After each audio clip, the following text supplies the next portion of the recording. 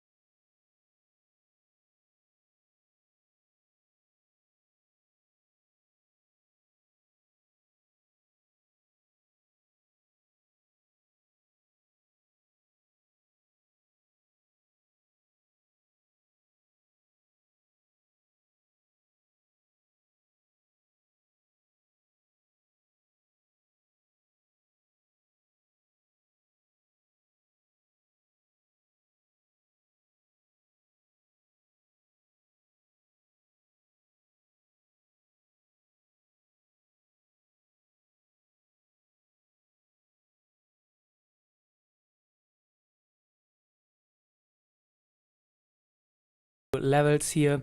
So by default you will only usually have the standard retracement levels, which are 618, 764, 05382, but we also need this one 1.618.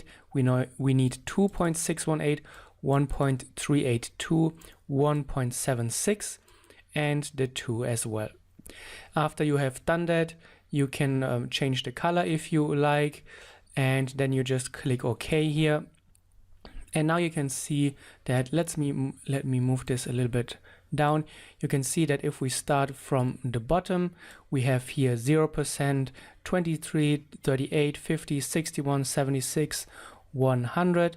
And when we move up, you can see now those extensions that we just turned on: 138, 161, 176, and 200.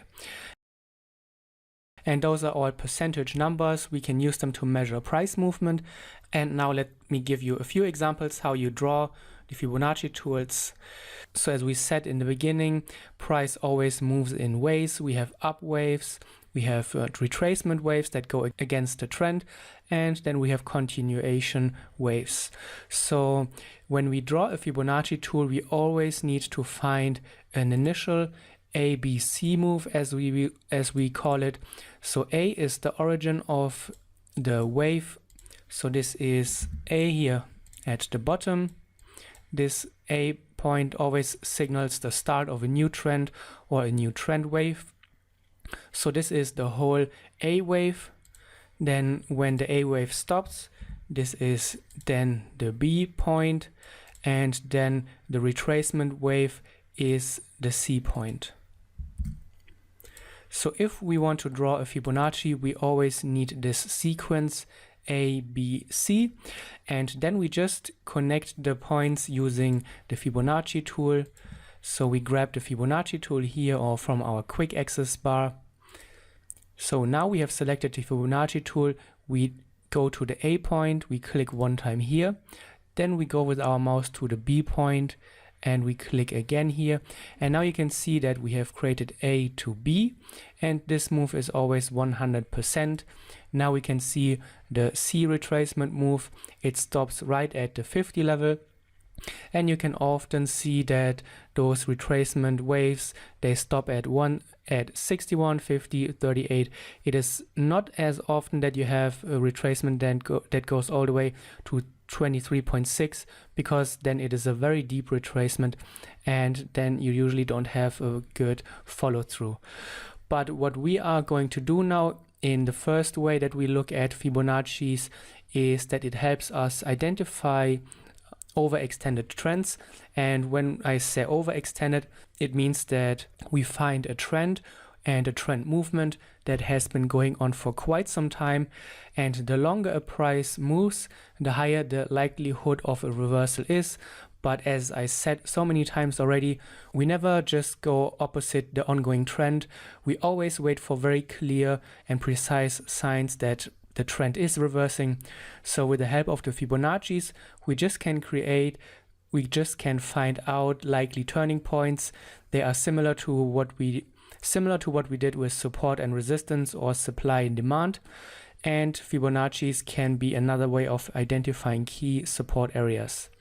So once we have this ABC and we have drawn our Fibonacci's, then there are three very important Fibonacci extension levels, and you can see the first one is the 138, and you will often see a reversal at 138. So you can see here it happened to the tick, to the pip. Price reached this 138 level. We sold off a little bit, but then continued in the direction of the trend. But here you can already see very interesting interaction here with the Fibonacci level. Then the most common reversal happens at 161.8, and you can also see here price overshot this level a little bit. We came short of the 176 level. You won't see that price hits the 176 as often, but we still have it on our Fibonacci tool because it does happen from time to time. If you see the price reaches the 200% Fibonacci tool, then you will often get a very strong retracement or reversal, because you can see then this C to D move, as we call it. So in our case, this would be the D point here. The D point marks then the final wave of the trend, and if you get a D point at 200, then you usually have a very strong trend and a long trend, and those trends are more likely to reverse. So you can see already the first way we used the Fibonacci tool is it to find those key price areas where we have a very long trend that is likely to reverse. And then we just combine it with everything that we have learned already. We can draw a trend line here probably to find out when this trend line is going to break, and we look for those break points. So you can see here we have some type of trend line, 1, 2, 3, 4 touches. Then this here is a pattern that we will explore in the second module. This is our trap pattern, and you can see this would give us an additional confluence factor and an additional signal that would have helped us to get into this trade here. And then you can combine it with momentum analysis when you just look at the highs and lows, and then you see the price started to make lower highs and lower lows, and then you could have gotten into this interesting reversal trade probably once you combine all the different clues. One thing that is very important about the Fibonacci is that there is no right or wrong way to draw them. And because the Fibonacci's are percentage based, you can draw Fibonacci's in many different ways. And even if you draw a Fibonacci retracement or a sequence differently on your charts, you can often see that those still line up because they are percentage based. Let us draw another Fibonacci tool and see how we can apply it. And you always look for those zigzag moves, A, B, and then you look for the C point. So this looks like a very good opportunity to draw a Fibonacci tool. So you can either use the original point here or this point here. Both will be correct, and I always like to go for the lowest point before a trend wave is completed. And so you can see this is our A point, this is the B, and the C here is the 38 point, and then we have the final wave into 138 again. And here you can also see that we have the confluence of head and shoulders, left shoulder, head, right shoulder. We also pretty much moved into this supply area here. You can see a strong sell-off after a short consolidation. So if we draw our box tool, then you could have seen that this is the low of a supply zone, and that's how we can make sense of this reversal. And you can probably also see some type of trend line. So we have 1, 2, 3 touches, and then even here a trend line retest, which we will cover in module 3, which is our third trading pattern that we trade.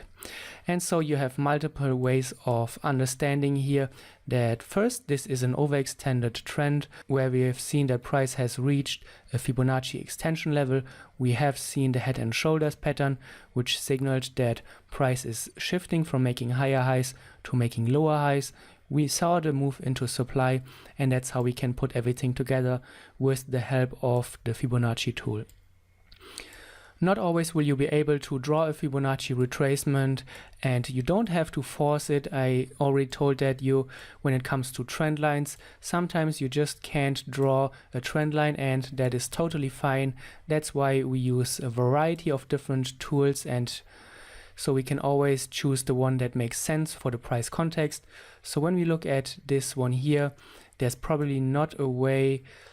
Maybe here we could draw a Fibonacci A to B, or here A to B, and then we can see how the C and how the final wave forms up. But just when we look at here, there's probably not A to B. So let's just try it to see how it goes. So A to B, we have a C point at 61. Our C, you can see the final wave, it initially does not reach the 138. It comes a little bit short. We move lower, but here we also don't have a very nice wave structure. So that is a market where we would not have been able to read the wave structure anyway. And here you can see eventually price made it to 200, but this is not a good enough Fibonacci. So let us try to get another Fibonacci here. So A to B, this is a very deep C retracement. So let's see what we get here. So this is our first A point, the B point, C goes into 38. We almost make it to 23, and then price goes on. First it reaches the 138. Here we had a small sell-off, but you can see a nice confluence here with this triple top, which is a good formation. And then we go on even to make this 200, and you can see that previously we had our A point here, B here, C here, and also the Fibonacci was reaching this level here, because as I said, Fibonaccis are percentage based, so even if you draw them differently or start at a different point, often they will line up on your charts. And so again, the Fibonacci tool is a great way to find key support and resistance areas, or to find key price areas where price has a higher likelihood of reversing, and that's how you draw it and how you can measure the price moves. Again, I would suggest that you spend a few minutes, grab your Fibonacci tool, try it out, go through different markets and time frames, see if you can find the A to B sequence, and then draw your Fibonaccis. You can get a feeling for how those A to B moves look, and then soon enough they will jump right at you. You will find them all over again, and it will become second nature how you draw the Fibonacci tool. Thank you for watching, and see you in the next video.